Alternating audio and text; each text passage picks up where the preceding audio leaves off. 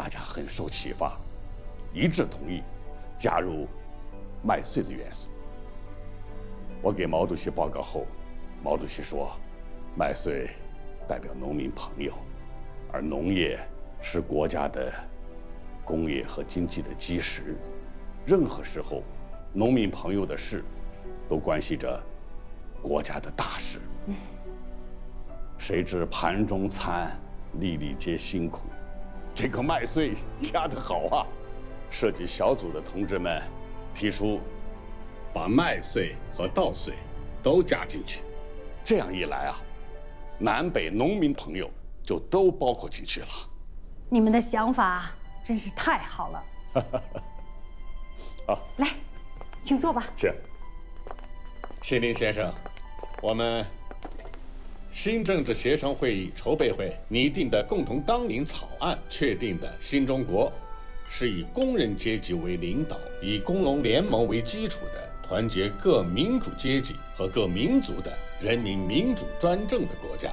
现在我们的国徽既有代表工人阶级的齿轮，也有代表中国人民从此站立起来的五星，也有代表我们农民朋友的麦穗和稻穗。这样就充分体现了国徽的代表性。我今天来是代表毛主席来看望你，他非常关心你的身体，等你恢复以后，希望对我们的工作给予帮助和指导。总之一句话，我们一起为新中国的建设努力奋斗吧。我进来之后，看到了麦穗儿，我就懂了你们的苦。不过，这些年我身体一直不好，很多事情我感觉到心有余力不足。谢谢你们对我的信任，你们的提议我会考虑。太好了，等你身体恢复以后，我们就一起为新中国而工作，将会取得事半功倍的效果呀！您过誉了。庆林先生，你刚到北平，我工作很忙，回头让小超陪你出去走一走、看一看，好吗？好啊。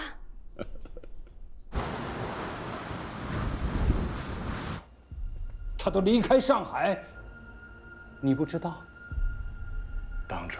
当初学生不干就可以弥补你的过失吗？需要做什么，请校长明示，其吾在所不辞。通知周志柔，必要时展开轰炸。父亲不必再说。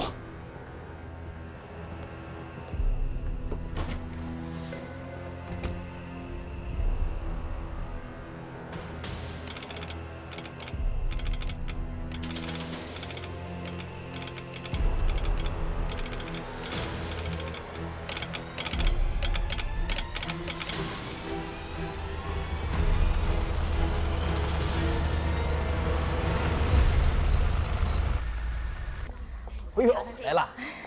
你才来呀？今天医院做了2台手术，来的有点晚，不好意思啊。饿了吧？馒头都卤掉了。这个也挺好。老板，再来一盘生煎。啊，2盘，给英子也带一份回去。南英啊，没有啊，你看看呀，你要多跟青竹学一学呀。青竹是只要吃好吃的，总能想到英子。你是个表姐，怎么只顾自己的呀？哎呀，我又没有你这么好的哥哥，能找到这么好的嫂子。哎呀，我可是只能过好自己，要不然我的饭都没得吃。哎呀，罗秘书，侬听到了吧？指望不上。你指望我什么呀？我可什么都不敢指望。哎，对了，听说政府要发新货币了，是真的吧？你想扩张啊？啊，可以考虑。各居民区里弄加强安全保卫工作，提高安全意识。陆秘书啊，侬不要嫌我讲话不好听啊。这人民政府到了上海，这流寇盗贼怎么多起来了呀？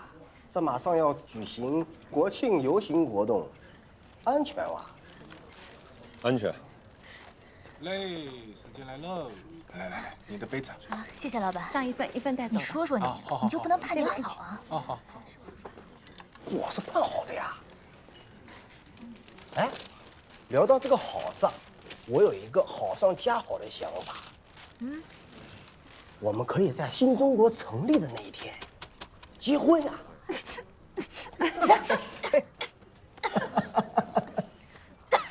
你看你表哥啊，你这个想法倒是挺好的，你这么一惊一乍的，你让我们青如姐这一会儿都消化不良了。南音还是你懂我。唐突了。丁老板啊，再接再厉。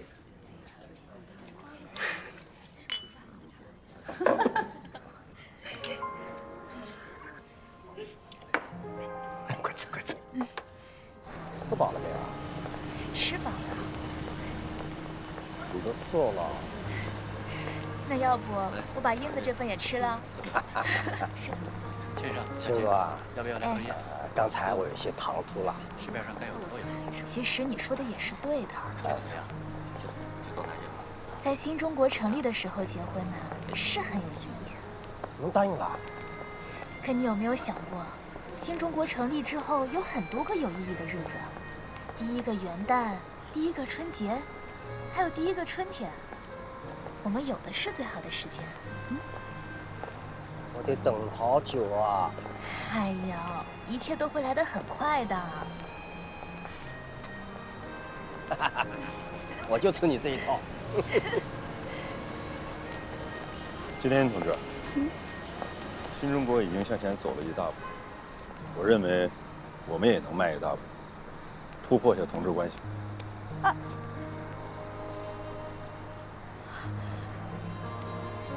我想吃糖。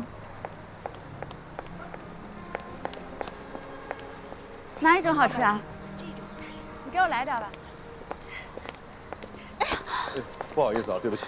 你着什么急啊？哎，这位女同志，请你把手放开。再送你块这个啊！别，你撞疼我了。疼啊！我们这儿有大夫，李大夫，这有病人帮看一下，先把手松开。哎，李大夫，你给他看一下。真不识相。好啊，来好。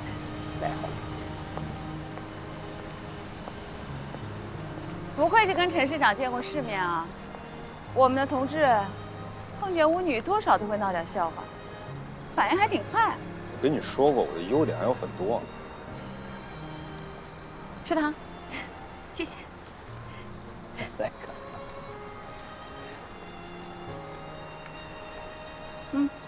谢谢，我不吃。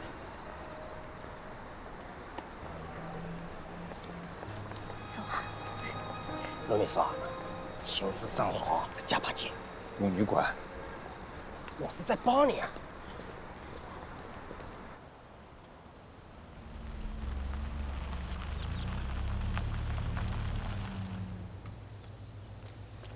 秦老板啊，秦老板，来，走，进去说。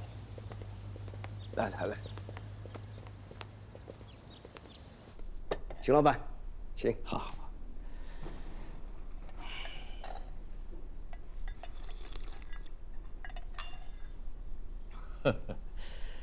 还是故乡的水都好，茶香纯正。自香港回来之后，忙得我是脚打后脑勺，难得像今天这样偷得浮生半日闲，与荣老板一起品碗好茶。哎，秦老板公馆里有的是好茶，何必再来谈我荣公馆的呢？哎呀，年轻人不要搞小气好了。我呀，确实不是为一碗茶来的。前几天陈云主任开会说，让人民与政府共同努力，共度难关，维持主要产业和主要生产。按他们的理念，你我都是人民，只是与其他的人民有所不同。秦老板，请直说。目前上海外有封锁，内缺物资，你说这个难关多久能过去？这个财经会议召开以后啊，全国各地都在支援上海，我相信很快就会度过这个难关。我呀，找人算了一笔账，自1948年至今，物价翻了15倍，也就是说，自共产党执掌上海以来，虽数度采取经济措施，并没有取得实质效果。如此下去，恐怕比国民政府时期还要早。想要把国民党留下来烂摊子治理好，确实是需要过程。这个过程可能会很漫长，但远远到不了秦老板忧虑的地步吧。如此最好。我是这样想的：既然政府提出共度难关，我们可否向银行申请一些贷款？我们？对，工商联的同仁们。哦，原来今天秦老板是以讨茶为名来当说客的。哎呀，但是这个普通贷款，我们自己不是都可以办理吗？他们的账户被封在银行，虽说已经递交了陈情书，但政府迟迟没有回音。他们想请荣老板去说和说和。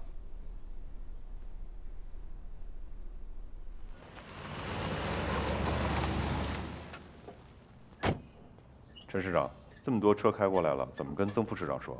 你去说吧。我说什么呀？你就跟他说，汽车需要检修，所以呢，才把他们集中到这儿了。哦。市长，要不要想别的办法？说不定别的解放区能有开到北平的汽车呢。上海都没有车，其他的解放区哪儿来的车？要不我们买车？这个倒不是不可以哦。走，找曾副市长。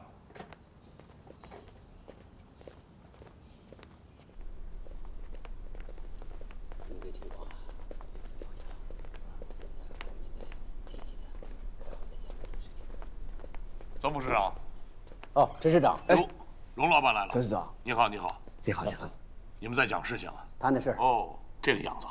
我借用曾副市长的1分钟，马上还回来。好，好，好，你们先来，我跟你讲个事情啊。什么事儿这么急呀？稍安勿躁啊，大事大事。我们有没有可能帮中央买几辆车？呀，我们刚上交完税款呀，财政上没这笔预算呢。我还真为这个事情着急呢。要不这样，给市政府啊留下2辆，其余的车呀先运到北平去。真的？嗯。哎，小卢啊。你通知一下车队的同志啊，把所有的车集中到一个仓库里，抓紧进行清洗和检修。已经集中好了，谢谢曾副市长啊！走了，小陆，赶快检修。好你个陈老总，动作够快的呀！啊，曾副市长啊，为什么突然要把车子都运到北平去啊？啊，这是工作的需要啊。是为开国大典做准备吧？哎呀，你很难想象吧？我们竟然连接送代表们的汽车都凑不够啊！所以呢，我们必须尽一切力量，团结各行业，还有各民主党派的进步人士，众志成城，大力的发展民族工业，为新中国的建设开创一个好的局面。哎，2位市长高瞻远瞩。我们上海工商界还为了点钱的事情来叨扰，一人真的觉得很惭愧。话不能这么说啊，其实呢，你们大家的难处我们都理解，啊，陈市长已经说了，会尽快把封冻的账户交还给大家。另外呢，由于现在战争尚未结束，交通运输尚未恢复，为了稳定金融、调剂市场的供求，我们下一步啊会增发货币。所以将来在贷款方面会给大家一个有力的支持。我们只有一个要求，大家拿到资金以后，务必专心经营。您放心，我一定把你们的期许传达给工商界的同仁们。谢谢。还有，啊，你说。啊，没什么。哎，喝茶。哎，好。抓紧弄好，哎，把车开到车站装车。好嘞，市长。市长，我们什么时候出发到北平啊？哎呀，最多再过1个星期，我们也该上路了。清理干净。好嘞。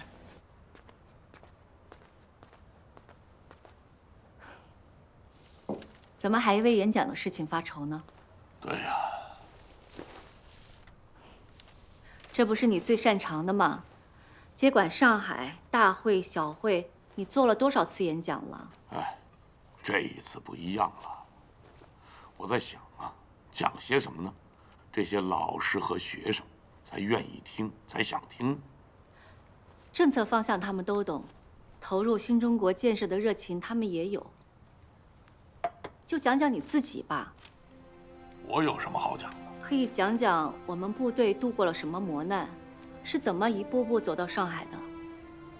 这些年付出了多少牺牲，那些鲜血与战火的锤炼，他们都是从报纸上看到，从广播里听到的。对呀，可以讲一下我们部队的艰辛，战争的残酷，我们怎么到上海的过程，我们未来想干些什么，这个可以讲给他们。对了，这一下呢，让我想起了主席的诗词：恰同学少年，风华正茂，书生意气，挥斥方遒。他们才是新中国的希望。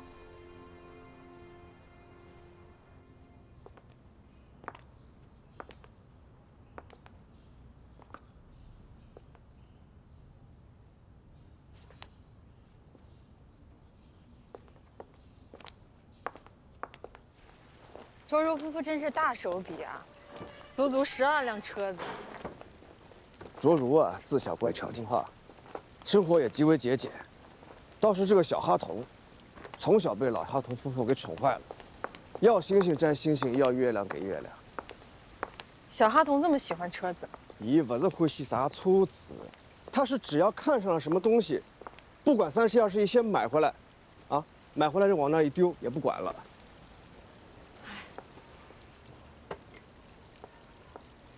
对了，我提醒侬一句啊，怎么办？诚然，这些汽车摆在这里会白废掉。卓如和你为了物尽其用，也愿意捐出来，但我觉得啊，陈市长可不一定会要。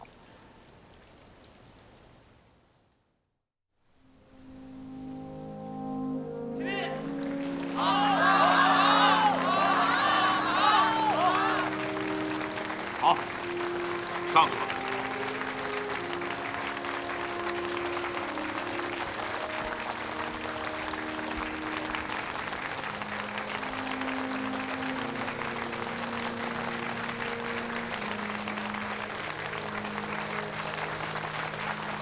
大家请坐。同学们好，我是陈毅。陈市长好。哦，震耳欲聋啊！年轻人，朝气蓬勃，好，真的好。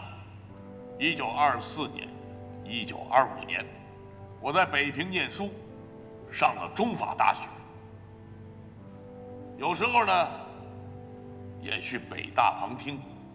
我是旁听生，今天的同学们是复旦、同济、交大的正规生，你们高我一等啊！那个时候呢，我也做过演讲，给青年朋友们演讲，恼火得很。当时呢，李大钊同志正在台上演讲，我在后边等着，底下听众多得很。他一讲完，我马上就跳上台，开始讲。过了几分钟，底下的听众纷纷都走了，我赶快讲完就跳下台来。你学问不够，讲得不好，又没什么名气，人家肯定是不爱听了。昨天晚上呢，我一想到今天这个演讲，我心里头啊紧张惨了。陈市长，你不要紧张，想说啥子就说啥子嘛。哦，这儿还有我的老乡哦，那我就不紧张了。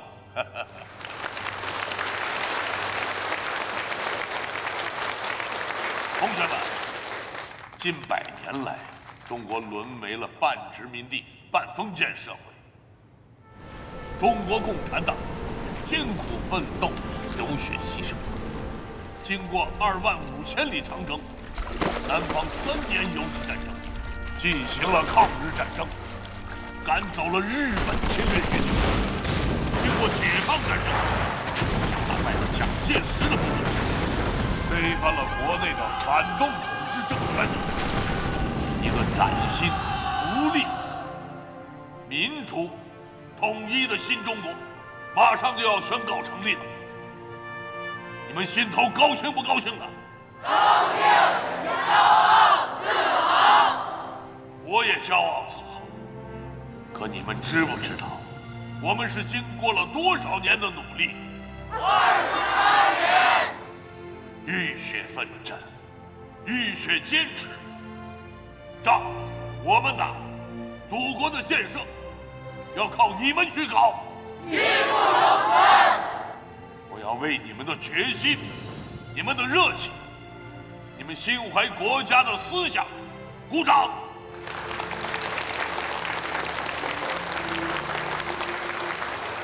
仗打赢了，我们为人民群众换来了安定，建设好了，我们就可以让人民群众过上踏实安心的日子。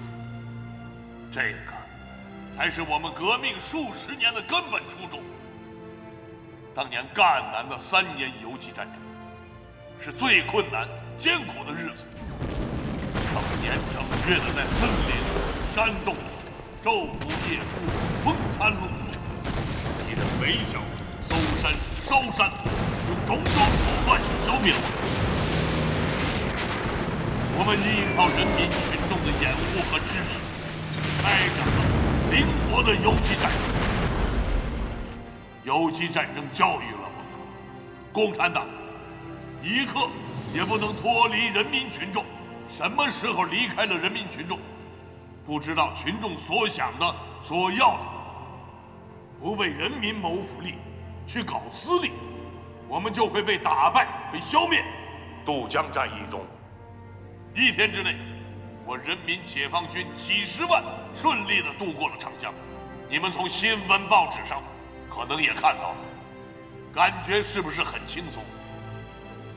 其实呢，很难的。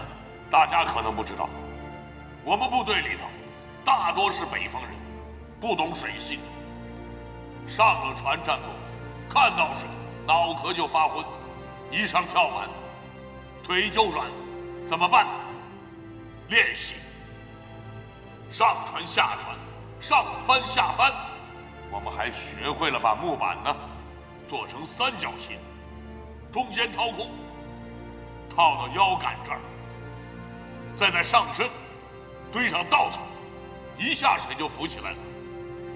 这个是什么东西呢？游泳圈。同学们好有见识，但是我们第2、第3野战军一个游泳圈都没有，我们还是渡过了长江。开国大典马上要在北平举行，但是到现在呢，我们接送代表的汽车都还没凑齐。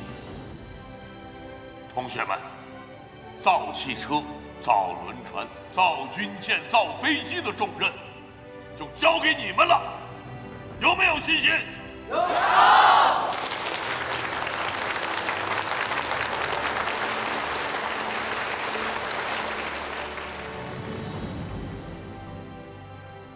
周师长，我要是再年轻10岁，今天坐在台底下听您演讲，恐怕我鼓掌鼓得比他们还热烈。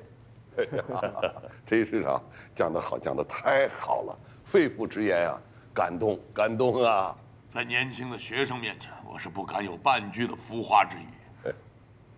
新政治协商会议召开在即，我到时候也得以学生的心态听一下黄老的高见。哎呀，那你。这个新中国的发展啊，是需要大量的像荣先生这样年轻有为的人才啊！哎，荣先生年少时候的故事，你晓得吧？什么事呢？哎呀，不值一提，不值一提。哎，我讲给你听啊，他曾就读于圣约翰大学的经济系，结果这个老师呢提出，像他这样的学生要另设教学方案，你说这个，他一气之下不读了，改读历史系了。有魄力啊！当年呢敢离开，现在敢留下。荣先生的所为，都是常人不敢为之事。这样的年轻人我喜欢，这样的朋友我也喜欢。陈市长，那都是年轻气盛而已。哎，对了，今天我除了特地来听您的演讲之外，还有一件事。什么事呢？哦，好，走。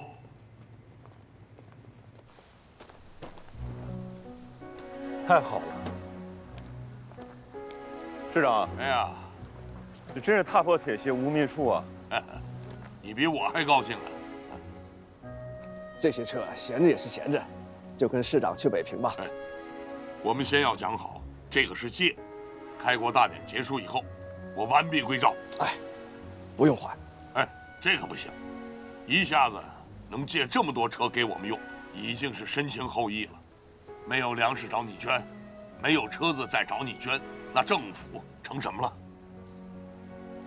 陈市长，开国大典是新中国头等的大事，能为这样的大事做出贡献，是我们荣家的荣幸。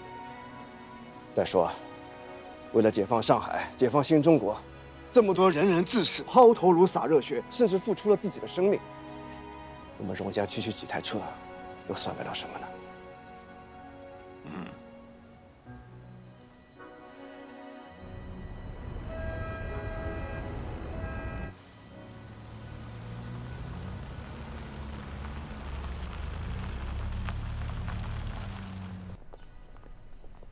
走，慢点，慢点，慢点。哎，跟老走，不让爸爸走，一路平安啊！哎，新中国终于以泱泱大国的气象宣告成立了，我们这一代人啊为之奋斗的事业终于成功了，真是让人又高兴又激动。你一定要将我们对新中国的祝愿带到北平啊！你们放心，保证完成任务。开国大典是什么呀？我也不清楚，但是爸爸妈妈们都为开国大典而高兴。你们在讲什么呢？我们也有祝愿，也要带到北平。什么祝愿？说一下。我希望新中国的每一个家庭都团圆。我希望世界都成为新中国的朋友。新中国的小朋友都可以好好读书了。说得好。那我走了。多保重。再见。一路平安。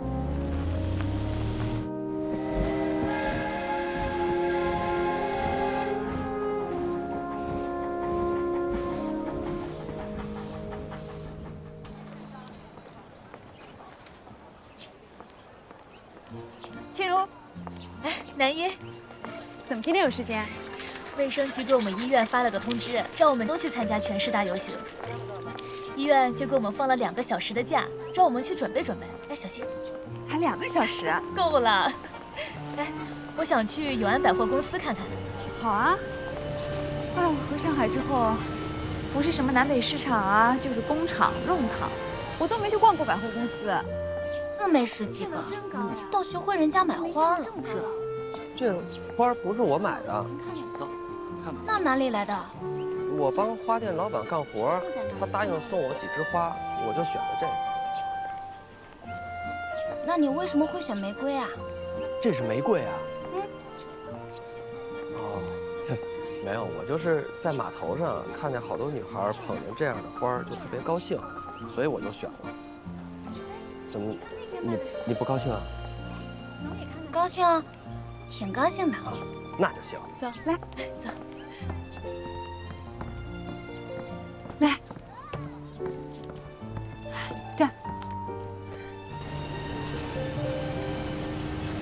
哎，认识你之前啊，我觉得我已经很忙了。自从见到你们这些接管的干部，我才知道你们真是拼了命的在工作。那不是很正常吗？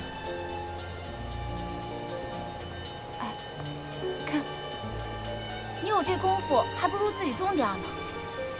这陆世奇这小子，还真挺会哄女孩子的。哪个男孩子不会哄自己喜欢的女孩子开心啊？就看你给不给机会。话里有话呀。啊，我可什么都没说啊，这可是你自己说的。我听说这两个人相处久了，心理和情感就会发生变化，果然不假。那你跟我表哥相处这么久，怎么一点变化都没有啊？哎，你，其实啊，我也想在举国同庆的时候跟他举行婚礼。那为什么要拒绝他呢？有些事你们都不了解。他最近啊资金紧张，压力又大，他对我的情谊我比谁都知道。我现在一旦答应他的求婚，他肯定会大摆宴席，那可是一笔不小的花销。我是不想他为了一时的高兴，之后再去面对更大的压力和麻烦。表哥找到你，还真挺有福气的。你表哥有你这么优秀的表妹，更有福气。咦。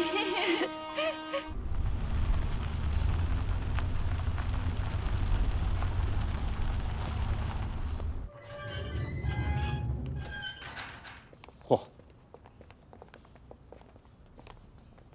周副书记，这个算不算惊喜呢？真是个大惊喜！陈老总，哪儿来的这么多车呀？这个是上海献给新中国的第一份礼物，整整40辆。好啊，陈老总，你来北平好几天了，神神秘秘的整了这么多车。周副主席，陈市长指示，我们和开国大典干部们对车辆进行了一一检修，确保开国大典正常使用。真是一个大惊喜啊！陈老总，你替我解决了大问题了。我马上通知开国大典车队筹备处，让他们来接车。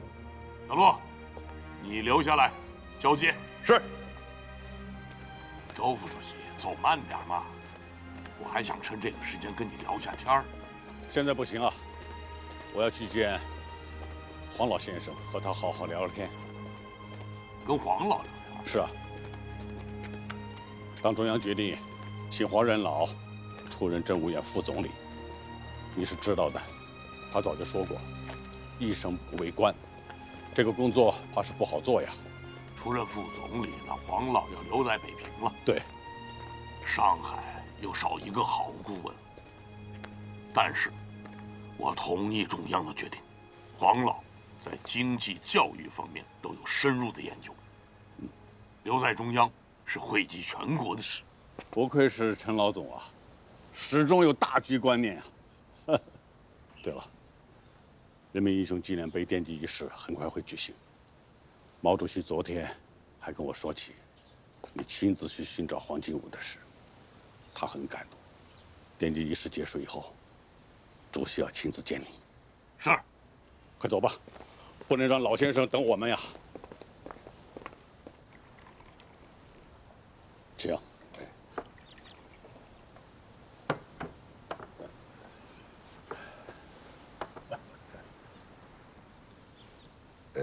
周公啊，很抱歉，你是晓得，我这个人呢是不会去做官的，所以，你今天这个邀请，我恐怕要拒绝了，啊，对不起啊。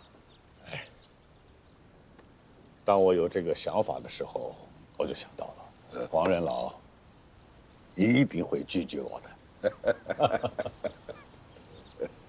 不过，我有几句话不吐不快，请讲，讲。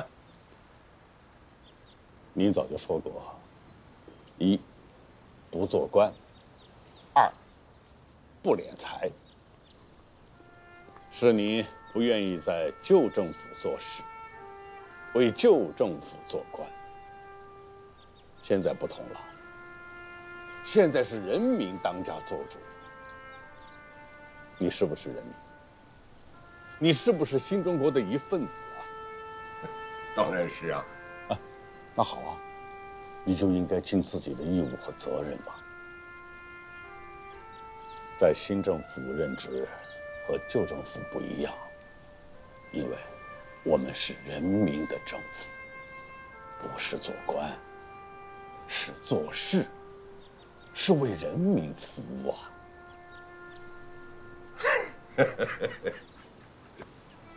哎呀，周公啊，我这一生当中说服过很多人，但是很少有人能说服我的。这我知道，你晓得的啊。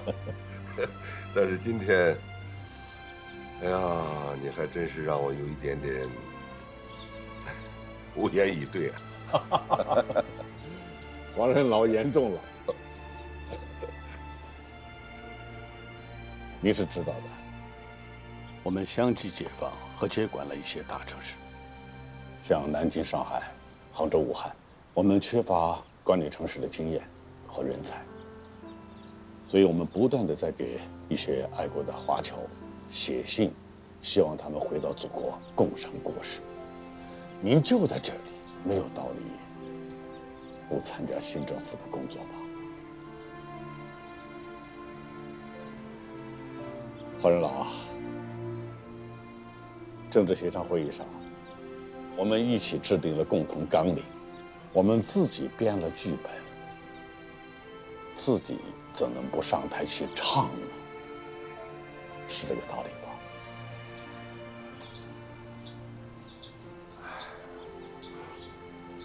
我是怕唱不好啊。呀，黄仁老，你谦虚了。我们好，周公，我想，我要是今天不答应你这个差事，你是不肯罢休的，对吧？哎，那是一定的。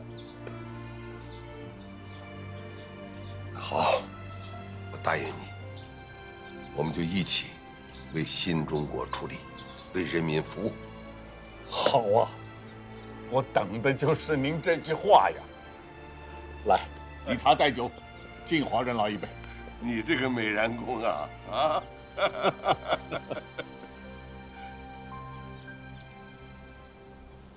对了，还有一件事。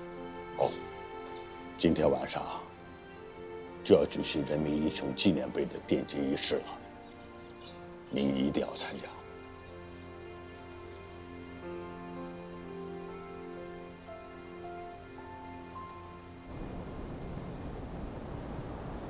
这段时间，你一忙我也忙，一直没抽出时间单独聊一聊。来，其实啊，大家都很清楚，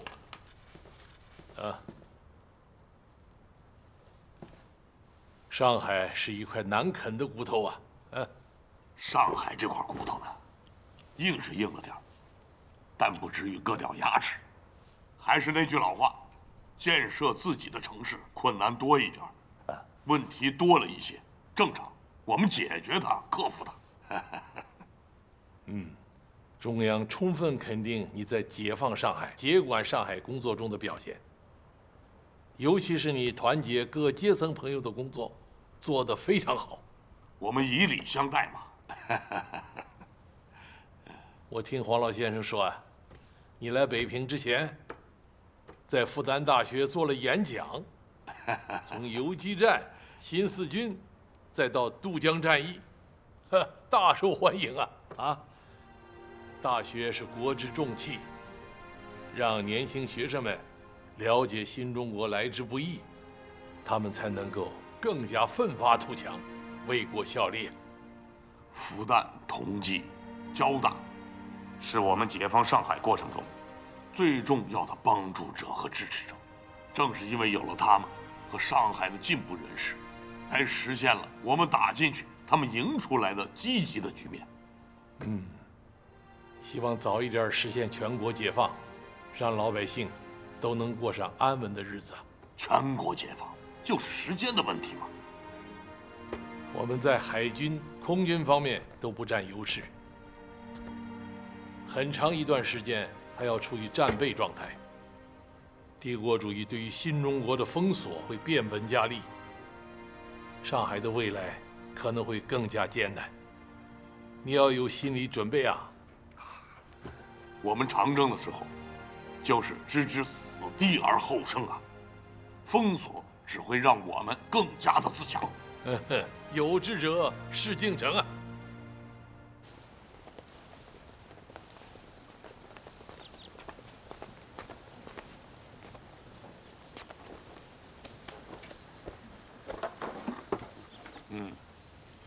师傅，手艺真是不错。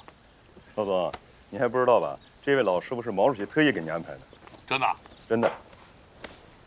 谢谢你啊！开国大典能为首长们理发，是老朽的荣幸啊。老总，老总，赶紧换新军装吧，还有很多人等着排队呢。好，好，你忙，你先忙啊。哎，首长您慢走。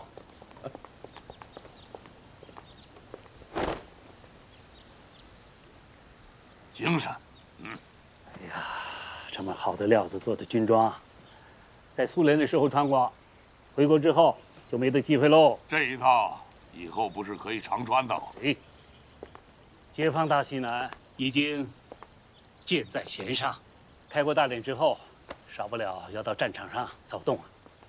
我可舍不得穿上它去。要得，我回去也先收起来，等庆祝大西南顺利解放的时候再穿起来。对头。那二位首长，你们要都不穿新军装的话，我穿完也得收起来。你是要收起来吗？等结婚的时候再穿。那可有的等。我和陈老东拍个合影。陈老东，来，请你来。好嘞。来，预备，好嘞。小陆，你也来一张。来嘛。行。小沈，给他拍一张能找到老婆的。好嘞。好嘞。谢谢啊。那我们走吧。走。